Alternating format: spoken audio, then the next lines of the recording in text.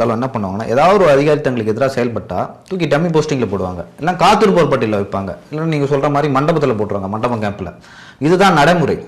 So இவருக்கு வந்து யார் சப்போர்ட் பண்ணுறாங்க, யாரை போய் மீட் பண்ணார், இவர் எதுக்கு இவருக்கு தரணும் அப்படின்னு ஒரு விஷயம் இருக்குல்ல. இப்போ வந்து தராங்கன்னா ஏதோ ஒரு யாரோ ஒருத்தவங்களோட ப்ரெஷர் வந்து டிவிகேவில் இருக்கலாம், டிவிகேவில் வந்து ரெஃபர் பண்ணிருப்பாங்க யாராவது.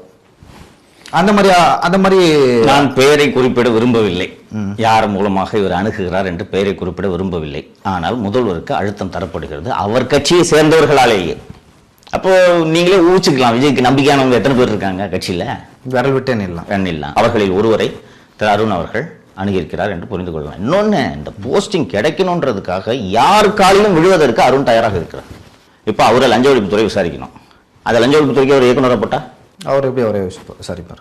இன்னொன்று முதல்வர் யோசிக்கணும், மணல், டாஸ்மாக், KN இது போல திமுக அமைச்சர்கள் மீது பல்வேறு ஊழல் குற்றச்சாட்டுகளை லஞ்ச ஒழிப்புத்துறை விசாரிக்க வேண்டும், விசாரணை செய்யவில்லை என்று கடந்த ஆட்சி காலத்தில் புகார் எழுந்தது. ED பலமுறை கடிதம் எழுதியது, உங்களுக்கு நினைவு இருக்கும்.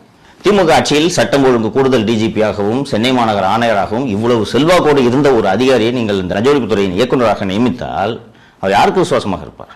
அங்கே போய் சம்பாதிப்பார். உன் மேலே FIR போடாமல் இருக்குது, இவ்வளோ காசு கொடுங்க, சம்பாதிப்பார்.